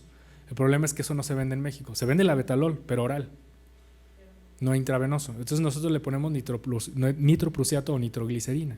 ¿De acuerdo? Entonces, perfecto, le bajamos la presión. ¿Qué tanto? Hasta mantener una presión arterial media de 130. Doctor, y tú checas, ¿cuál es la presión arterial? Doctor, trae 100, ya está bien, 120/80. Cuidado, ya se te está bajando demasiado. ¿Sí? O sea, debes de mantener una presión arterial altita, ¿eh? Contrario a lo que mucha gente podría querer. La glucemia no debe de ser inferior a 50, pero tampoco superior a 140/180. En esto no hay mucho consenso. Entonces, si tu paciente te reportan que tiene 140 de glucemia, nada, no le das insulina, ahí lo dejas. Doctor, pero es que está hiperglucémico, ¿sí? Pero ahorita no sé, con esta hiperglucemia ahorita no nos va a hacer una catarata diabética, ¿verdad? O sea, una nefropatía diabética aquí in situ, ¿no? O sea, eso toma años. Entonces, tranquilos, no pasa nada, ¿no? Aún no hay un punto de corte preciso, eso sí, pueden decir que de 140 a 180. Referir a un centro con trombolisis inmediatamente, es decir, si tú no vas, la otra cosa que estamos tratando de hacer en un estudio que se llama Retos a nivel nacional es, si tú no lo vas a trombolizar, mándalo donde sí. O sea, si tú no puedes, pide ayuda. Básicamente es eso. Entonces, idealmente debe de haber trombolítico. Hay hospitales donde no hay trombolítico. Por ejemplo, en el instituto hasta hace algunos años no había, entonces mandábamos al familiar a comprar a una farmacia. Doctor, que ya fui a la San Pablo y no hay. No, pues ahora vaya a tal, así, de ridículo era el asunto. ¿Por qué? Porque no nos entendían muy bien que esa cosa era fundamental, como la adrenalina o la atropina, o sea, debe de estar en el hospital. Entonces ya tenemos en el departamento de urgencias allí, por si el paciente necesita. ¿Lo tiene que pagar el paciente? Pues sí, pero ya lo tenemos ahí, por lo pronto se usa, ¿no? Entonces esto es importante, es un medicamento muy, muy importante que falta comúnmente en los departamentos de urgencias de muchos hospitales. Hay que activar el código EBC. Hay que realizar un ataque de cráneo para descartar si tiene hemorragia. Hay que evitar soluciones hipotónicas. ¿Cuál es una solución hipotónica muy usada? ¿Cuál? Sí. ¿Y por qué no? Yo digo sí. Cuidado, no dije hiposmolar. Dije hipotónica. ¿Por qué? ¿Por qué la solución glucosada, doctor? Exacto, y lo que se queda al final afuera en el espacio intravascular o extracelular, ¿cuál es? Agua. Porque el soluto de la solución glucosada es un soluto metabolizable. En cambio el sodio no. ¿Sí? Entonces, acuérdense, la osmolaridad de la solución glucosada es de 277 miliosmoles por litro, es decir, muy similar a la del plasma, pero se comporta como hipotónica. ¿Por qué razón? Porque lo que dijo el doctor, la glucosa pasa al interior de las células, es un soluto metabolizable y entonces al final, ¿qué te queda fuera de las células? Agua. Entonces se comporta como hipotónica. Es decir, ¿qué solución le tienes que dar a un paciente? Te dice la enfermera, doctor, ¿y qué solución le ponemos? Ok, lo vamos a trombolizar, ya está, pero ¿qué solución le ponemos? Y a veces sí saben, ¿no? Les ha tocado que se note, o sea, ellas pues, tienen muchos años trabajando, pero dicen, a ver, ¿cómo es el doctorcito, ¿no? ¿Y qué le pongo, doctor? ¿No? Ya saben, pero les gusta, ¿no? ¿Y qué le pongo? ¿Qué le ponen? No, porque tiene lactato. Solución salina, agua con sal, la fisiológica, al 0.9%. Eso es lo que hay que ponerle, ¿de acuerdo? Excepto, evidentemente, si tiene hipoglucemia, por supuesto. Pero si no es el caso, le das esa. Muy bien. Oye, ¿y si tiene hipoglucemia, cuál le das? Buen punto. Agua con sal, pero le das una solución glucosada al 50%. ¿Por qué no al 5%? Por lo mismo, porque es hipotónica. Entonces, le das agua con sal, le das solución fisiológica y le repones con una glucosada al 50%. ¿de acuerdo? Eso es lo que hay que hacer en urgencias. Bien, hay que iniciar aspirina si se ha descartado hemorragia 24 horas después de la trombolisis o bien inmediatamente si no se va a trombolizar. O sea, si el paciente ya no se va a trombolizar por alguna razón, que no tienes el trombolítico, que la familia no quiere porque a un vecino le hicieron eso y se enteraron que hubo una hemorragia, entonces no quieren eso, o simplemente a ti te da un poco de frío el trombolítico, entonces dices, no vaya a ser, entonces no lo usas, usas otras cosas. ¿Qué le debes de dar en ese momento? Aspirina, inmediatamente, ¿sí? Hay que hacer profilaxis con trombosis venosa, contra trombosis venosa periférica, es decir, darle heparina o heparinoides a dosis profilácticas, y hay que retrasar esto en 24 horas si el paciente se tromboliza. Y hay que evitar la neumonía por aspiración, nuevamente regresar a ABC, ¿no? ¿Cuáles son los criterios para trombolizar a un paciente? Se debe evaluar la elegibilidad de la trombolisis en los pacientes que primero lleguen antes de 4.5 horas. Recuerden, el trombolítico debe de ser administrado antes de 4.5. O sea, si el paciente te llegó a las 4 horas con 27 minutos, pues es muy difícil que en 3 minutos tengas todo lo que requieras para trombolizarlo. Entonces debes de anticipar más o menos eso, ¿no?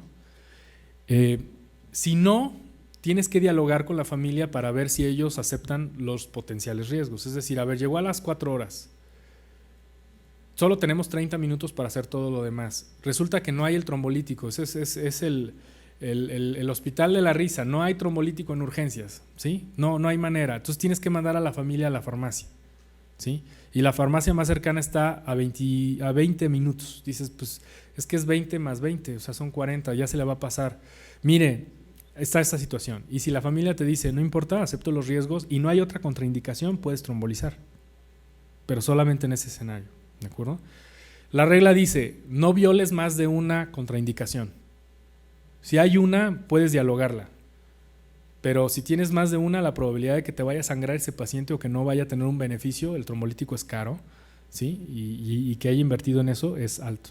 Entonces, adultos mayores de 18 años de edad, no hay tope de edad. Los ensayos clínicos incluyeron pacientes de hasta 80 años. Entonces, llegó un tiempo en el que no se trombolizaba a personas de más de 80 años. O sea, justo los que más riesgo tienen de EBC. ¿Pero qué pasó? Bueno, pues ya se rompió con eso porque ciertos estudios descriptivos mostraron que era casi tan seguro, no igual, pero casi tan seguro como una persona de menos de 80. Entonces, ahora trombolizamos a los de más de 100 años si es posible, ¿no? Presión arterial menor a 180/110, eso ya lo habíamos dicho. TAC de cráneo que excluye hemorragia. Cuenta de plaquetas, aquí es menor a 100,000, es decir, perdón, mayor a 100,000, ¿sí? INR que sea mayor a 1.7, es decir, eso sería lo normal. Aquí me equivoqué, no es menor de 1.7, sino mayor a 1.7. NIH entre 5 y 22.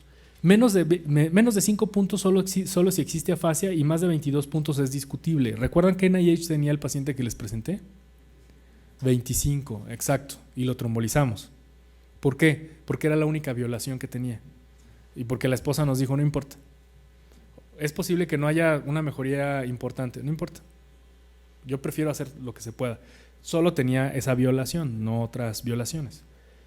Entonces, no hay historia de cirugía mayor en los últimos 14 días. Cirugía mayor, o sea, si el paciente tuvo una cirugía menor endoscópica, por ejemplo, de la rodilla, pues no hay ningún problema. No hay trauma cerebral agudo, no existe hemorragia mayor activa, no hay historia de infarto cerebral, hemorragia intracerebral o infarto del miocardio en los 3 meses previos, aunque esto es discutible, y la hipodensidad no es mayor a 1/3, aquí me equivoqué, no es mayor a 1/3 de la arteria cerebral media. Es decir, los infartos que son muy grandes, la probabilidad de beneficiarse con un trombolítico es poca, ¿sí? Entonces, si el territorio de la arteria cerebral media, toda ella está afectado, entonces la probabilidad de beneficio es poca. ¿Qué otras consideraciones? Bueno, si se tiene acceso a neurointervención, la trombolisis intraarterial con alteplasa debe considerarse en pacientes con un arribo mayor a 4.5, pero menor a 6 horas, ¿sí? Después tenemos que hacer prevención, como control de factores de riesgo, estrategias para controlar las comorbilidades asociadas a aterogénesis, embolismo y estados protrombóticos. Prevención primaria es evitar un evento que todavía no ha ocurrido. Es decir, son todas las estrategias para evitar un infarto cerebral o una isquemia cerebral transitoria. Las secundarias son evitar un nuevo evento en una persona que ya sufrió uno, ¿de acuerdo? Entonces, de regreso al contexto clínico, ¿qué pasó con este paciente? El paciente recibió trombolisis con alteplasa a una dosis de 0.9 miligramos por kilogramo de peso, que es la dosis que se debe de usar, ¿sí? Máximo 90 miligramos. Cuando ustedes compran la alteplasa son 2 frasquitos, cada frasquito tiene 50 miligramos, no se diluye, 1 miligramo por mililitro, entonces está facilito porque son frasquitos que se parecen a la glucosada al 50, igualito. Entonces también te van a preguntar ahí en enfermería, además de, ¿y qué solución, doctor? Aunque ya haya trombolizado todos los días te van a preguntar, ¿sí? ¿Y le pongo el trombolítico, doctor? Sí, sí le va a poner el trombolítico. ¿Y con qué lo diluyo? No se diluye. ¿Y qué tienes que hacer con el trombolítico? Le pasas el 10% intravenoso así, en bolo, y el otro 90% de lo calculado se lo pasas para 1 hora. Eso es lo que hay que hacer con trombolisis. Esto está más o menos fácil, ¿no? 0.9 por kilo, máximo 90 miligramos. Es decir, nunca le pasas el contenido de los 2 frascos al paciente. Y para el tamaño del paciente mexicano, usualmente con un solo frasco tenemos. Entonces, casi siempre nos sobra otro frasco, ¿sí? Entonces, 0.9 por kilo, 10% se le pasa en bolo, así, porque te dicen, ya, sí, así, 10% de lo calculado. Entonces, imagínate que tienes a una persona, o alguien saque la cuenta, a una persona de 80, algo más moderado, digamos de 70 kilos. ¿Cuántos miligramos le tocan? ¿0.9 por 70? Así es. ¿Cuánto le pasas en bolo? 6 miligramos o 6.3 miligramos, se los pasas en bolo. ¿Y el resto? En 1 hora, ¿cuál es el resto? 63 menos 6.3, exacto, ¿sí? Entonces, y eso se lo pasas para 1 hora. Entonces es en bolo, no va diluido en Metricet, nada, en bolo, ¿de acuerdo? ¿Qué le pasó a este paciente? Bueno, recibió monitorización continua en la sala de RCP de urgencias y se le practicó ultrasonido Doppler transcraneal para evaluar si existía patencia del flujo de la arteria cerebral media derecha, resultando esta sin permeabilización pretrombolisis. No obstante, el NIH mejoró a 18 puntos. O sea, de 25 mejoró a 18, a pesar de que nosotros vimos tapada la arteria siempre, ¿sí? Tenía buena colateralidad. Y bueno, ya en la tomografía, hecha 24 horas después, vean ustedes que pues ya se ve el infarto, porque pues, son 24 horas después, y efectivamente fue de toda la cerebral media, del lado derecho, ¿de acuerdo? De hecho ahí se ve el coágulo, todavía, sí.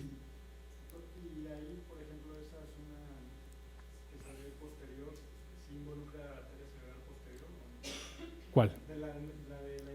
¿Esta? No, la arteria cerebral posterior está aquí, es esto. La arteria cerebral posterior irriga la parte posterior y baja del encéfalo, ¿sí? Los lóbulos temporales en la parte inferior, en el tercio inferior, y el lóbulo occipital, pero en su tercio inferior. Ajá.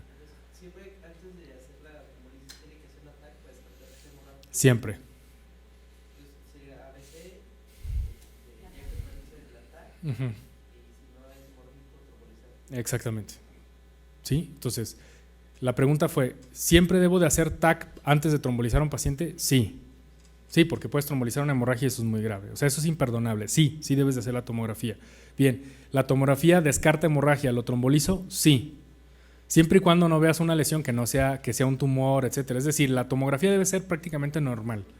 Puede tener signos tomográficos tempranos, se llama, es un tema que no les van a preguntar en el ENAR. Sí, sí podría, y tú de todos modos trombolizar, ¿sí? Signos tomográficos tempranos son características de la tomografía que anuncian que ahí se va a pintar un infarto más adelante, pero todavía no está pintadito, ¿de acuerdo? Eso no se los preguntan usualmente en el ENAR. Doctor, en cuanto a las complicaciones de trombolisis, mencionaba 2/3 de la cerebral media, algo así. Más de un tercio. Más de un tercio. Ajá. Pero si la trombolis está indicada cuando todavía no se ve en la TAC, ¿cómo lo tenemos? Con la resonancia. Muy buena pregunta, dijo. A ver, si un criterio de exclusión es que tenga más de un tercio de la cerebral media infartado, Pero si la tomografía no se debe de ver, entonces yo cómo voy a saber que tenga más de un tercio infartado. La contestación son dos cosas. Una, los signos tomográficos tempranos. Si alguien tiene signos tomográficos tempranos, seguro es de más de un tercio. Seguro. Y la resonancia magnética. Entonces, si tú hiciste esto con resonancia magnética y ves que son más de 2/3, pues entonces el paciente lo más probable es que no le vaya a ir muy bien. A decir verdad, y recordando el caso, en realidad este paciente, el de nosotros, ya desde la resonancia se veía que iba a ser más de un tercio. O sea, en realidad tuvo dos violaciones. Esta y la de el NIH. ¿Sí? Pero bueno, entonces decidimos de todos modos hacerlo y sin mucho éxito. Bueno, bajó a 18, quién sabe por qué, pero en realidad el infarto pues finalmente se pintó. Entonces, todo esto es la cerebral media. Aquí es del 100% de la cerebral media. ¿Cuánto sería un tercio? Esta es la cerebral media, cerebral anterior, cerebrales posteriores, ¿no? Entonces, este es territorio de la cerebral posterior, este es territorio de la cerebral anterior y todo esto es media. O sea, se infartó el 100% de la tarea cerebral media. ¿Cuánto sería un tercio? Pues esto, o esto, o esto. En ese caso, ¿cuál es el manejo indicado si no se tromboliza? Si no se tromboliza es lo que pusimos allí, excepto la trombolisis. ABC, hidratar al paciente, no darle soluciones hipotónicas, darle aspirina. Muchos dejamos estatinas, pero en realidad las estatinas están indicadas en un paciente que ya usaba estatina. Pero si tú la dejas, de hecho nosotros lo hacemos ahí en el instituto, o sea, si el paciente no usaba estatinas, de todos modos le dejamos estatinas. ¿Sí? ¿Por qué? Porque hay beneficios. Pero yo no entiendo por qué si es un infarto mayor, si es más de un tercio de la cerebral media, ¿por qué no se tromboliza? Porque la probabilidad de rescatar, cuando tienes un infarto de más más de un tercio de la cerebral media, lo más probable es que el coágulo sea muy grande, como era este caso. Es que desde la resonancia se veía que el coágulo estaba enorme, larguísimo. ¿Cómo crees tú que este era el coágulo? Que el trombolítico llegue e impregne todo el coágulo y lo pueda deshacer es muy difícil. O sea, de hecho, de este paciente se anunciaba de inicio que no iba a responder mucho. Respondió, quién sabe cómo, pero la verdad no nos lo explicamos mucho. De 25 bajó a 18. O sea, ya eso es una mejoría. De hecho, la esposa aplaudió. Dijo, no, excelente, pues allá va mejor, ¿no? Pero, en realidad, en otro escenario, como les dije al principio, no lo hubiéramos trombolizado.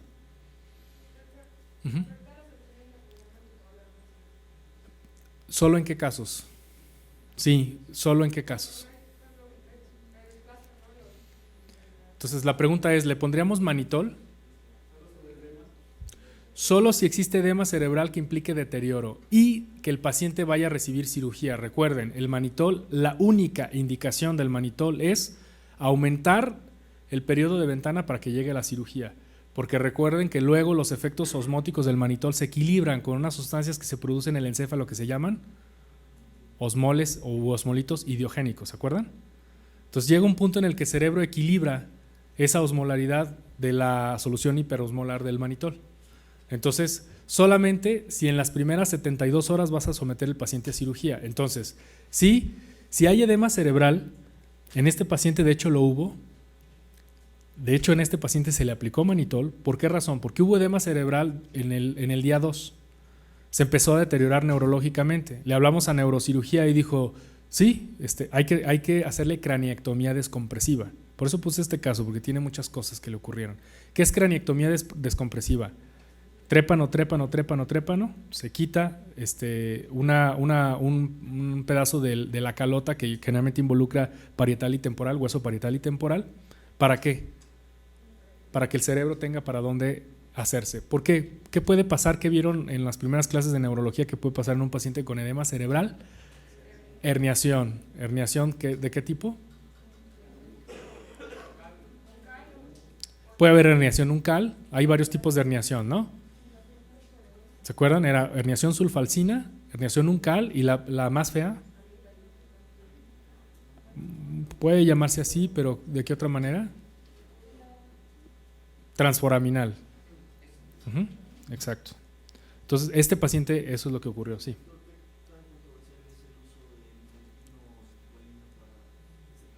Mucho. Nimodipino no se usa para la isquemia, sí para la hemorragia subaracnoidea. ¿sí? Es para evitar, para mejorar, aumentar las probabilidades de una recuperación funcional, nimodipino. Citicolina, nosotros la usábamos, pero salió un estudio en el año 2012 en Lancet, se publicó, que demostró que era negativo. De hecho, nosotros publicamos un estudio con citicolina y les iba bien, ¿sí? Pero el problema es que la FDA y las guías ya no aceptaron a la citicolina como parte de tratamiento. O sea, la neuroprotección ya no se usa, hasta el momento. Se están probando ahorita otros neuroprotectores, sustancias diversas, pero específicamente citicolina ya no tiene un papel, desgraciadamente. Estábamos nosotros con mucho entusiasmo, pero en realidad el estudio de Lancet fue negativo. Sí.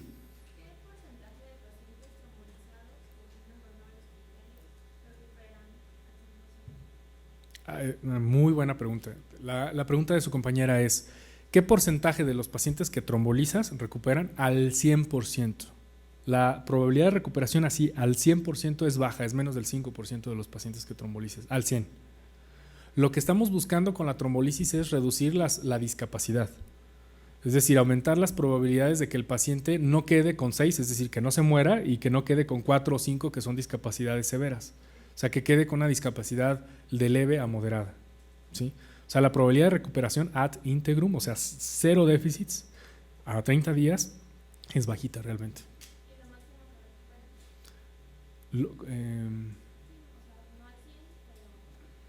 La mayoría de los pacientes, creo que podría ser esa la contestación a tu pregunta, la mayoría de los pacientes queda con un déficit de leve a moderado. O sea, les va bien en general, ¿no? Según estudios anatomopatológicos realizados por Geschwitz y Levitsky, aproximadamente un 60% de la población general tiene una localización del lenguaje en el hemisferio izquierdo. Sin embargo, otros estudios con Doppler demuestran una característica similar. Lo que sí sabemos es que un 90 a 94% de los pacientes diestros tienen representación del lenguaje del lado izquierdo, y de zurdos decíamos de 60 a 70. Aquí pusimos 76%. Curiosamente, un 6% de los diestros y solo un 2% de los zurdos tienen representatividad exclusiva derecha. La razón es que ambos hemisferios también participan en la emisión y el entendimiento del lenguaje, contrario a los dogmas viejitos de la neurología antigua, ¿no? Bien. Entonces, la fascia cruzada es un trastorno relativamente común que ocurre, vemos aquí, afasia cruzada en aproximadamente un 4% de los casos. No sé si hay dudas aquí con lo de infarto. Si no, pasamos a